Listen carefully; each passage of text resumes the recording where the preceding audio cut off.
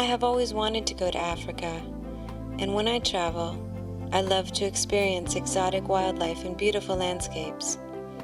In South Africa, it was the beauty of the human landscape that I most looked forward to, and in this, I was not disappointed.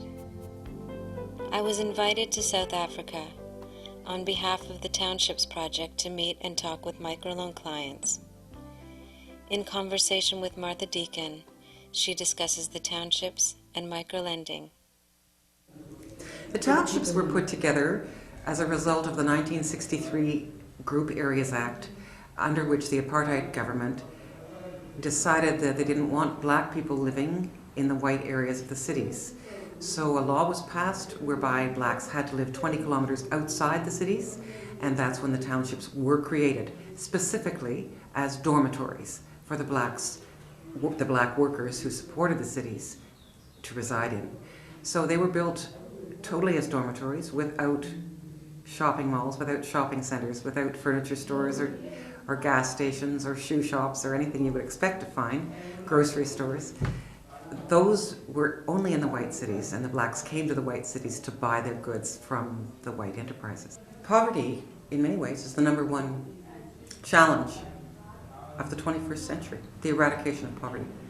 And the most effective fighter of poverty we found in the front lines is microlending. And that's because with a tiny amount of money, a household head, usually a woman, can take that, buy some products, and sell them, and get an immediate return and feed her children the very same day. Not waiting for anything, not waiting for government, not waiting for welfare. You can just do this immediately. In our country, we understand how difficult it can be to start and run your own business.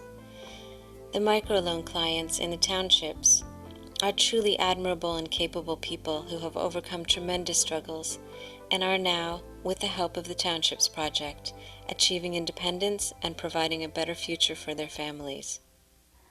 I heard from the other wives who have got small businesses, they said there are people who said we must group us for the money. I got in there. And then they offered you a loan? Yes, that was Tetla. My charges were still paying not enough for me. Right. And I was working hard every day, but I don't see the money. Yeah. I think if I can just do the business, maybe it will be better. And it is? I say thanks to God today to think about that, because it's better than I did before.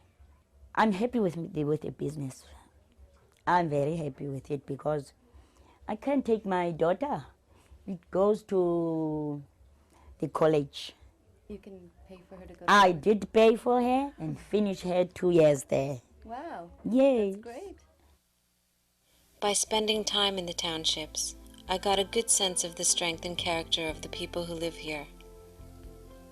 Not only through discussion and observation, but also through other means of expression.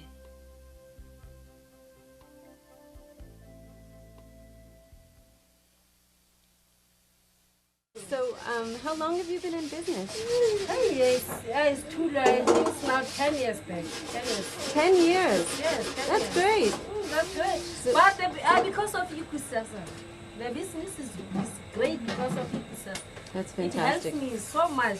That's great news. It helps me so much. So in 10 years, have you grown or just... Yes, I've grown. Yeah, that's Yes. good. And you make... I've got my own house. I pay school fees for my kids. That's great. Maybe this is one of the girls that I met when it was my first time in Kisaka. She introduced me to Kisaka. Fantastic. This was one of them. And they are always friendly, those girls, you know. That's They know great. how to talk with people. Oh, that's fantastic. That's an important that is why skill. you are proud of Ikusasa, because of them. In discussion with Yvonne Radinku of Tetla, we explore the staggering challenges of the AIDS epidemic in South Africa. We were talking about this earlier. How many funerals have you been to in the last month? This would be the second funeral in 3 weeks that I'm attending, and of the same thing. And I wish that we could say that's rare, but of my friends in South Africa, they spend far too many weekends going to funerals. Yes. It's the social life. It's been reduced to going to funerals. Cape Town doesn't have graveyard space, right? Yeah, you don't. They've run out. Cape Town has run out of space to bury people. And the majority of black people in this province bury their people in the Eastern Cape. But those who bury here, there's no space. It's much better if you have a micro-enterprise. Imagine a household where there's no enterprise. It's even worse because now they have to liquidate their assets to look after the sick people. So developmental microlending, enterprise microlending has been a blessing to black families who have members with AIDS from that standpoint. It is. It's done at home. The micro enterprise stays in the home so that you can work in the home while caring for both the ill person or perhaps that person's children. Yeah. And we have also in terms of our policies, we allow people up to the age of 70 years to be on the program, primarily because we have grandmothers who are looking after orphans, and they use micro-enterprise profits to look after the children. While visiting the rural area surrounding a town called Martha Deacon, we attended a meeting with the local microlending people and one of their client groups. As is often the case, microloans are initially issued to a group who mutually commit to paying back the loan. This was not your typical financial loan update meeting, not by North American standards anyway. The group recites a solemn oath regarding the repayment of the loan. They began the meeting with a song and proceeded to pray.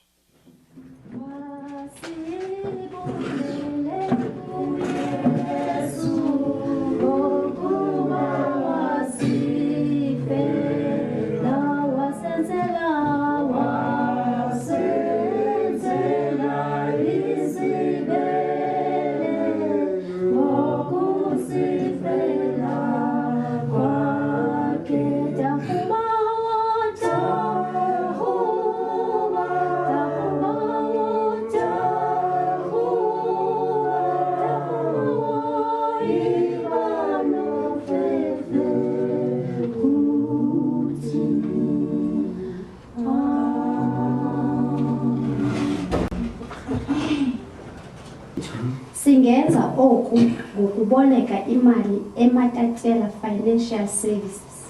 Singenza oku ngokuboleka imali eMatatela Financial Services. After the meeting, I was invited to take a look at the production end of the business. Rebecca, please come closer. There's something for you in there. Is there? Yes, a lot. Oh my How old are these? Look at all of them. Every experience I've had in this remarkable country confirms the rationale and worth of investing in the microlending movement in South Africa.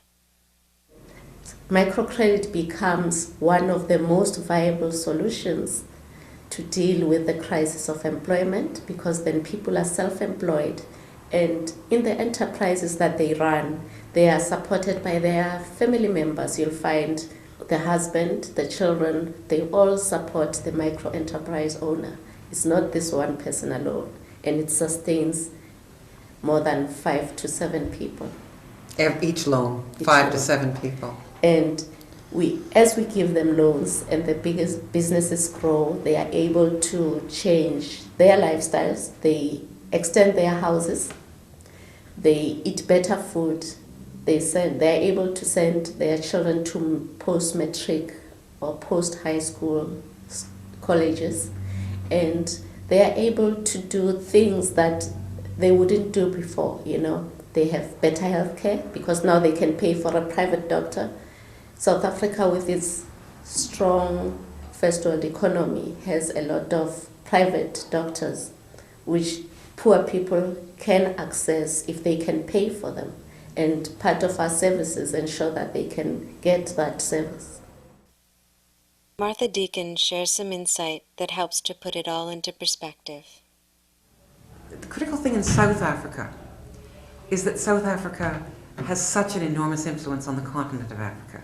That's right. And if South Africa is making progress towards poverty alleviation at the very grassroots levels, at the levels of the townships, 25 million subsisting on $2 a day, if 5 million of that 25 million in their own minds reach the middle class in the next 5 to 10 years, which would be a very worthy objective, and I believe an achievable objective, that will have dramatic influence on the entire continent.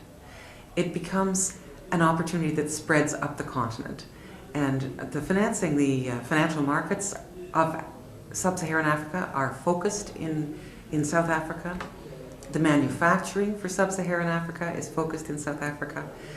It is the economic engine of the whole of sub-Saharan Africa. So improvements in the poverty levels in South Africa will dramatically impact the whole continent. And Africa is the poorest continent on the planet. So in fact, we all care, we are all affected very deeply by what goes on in South Africa. Whether or not we're aware of the ripples in the pond, whether or not we're aware of where that pebble was dropped into the pond, I would argue that that pebble was probably dropped in the pond in South Africa.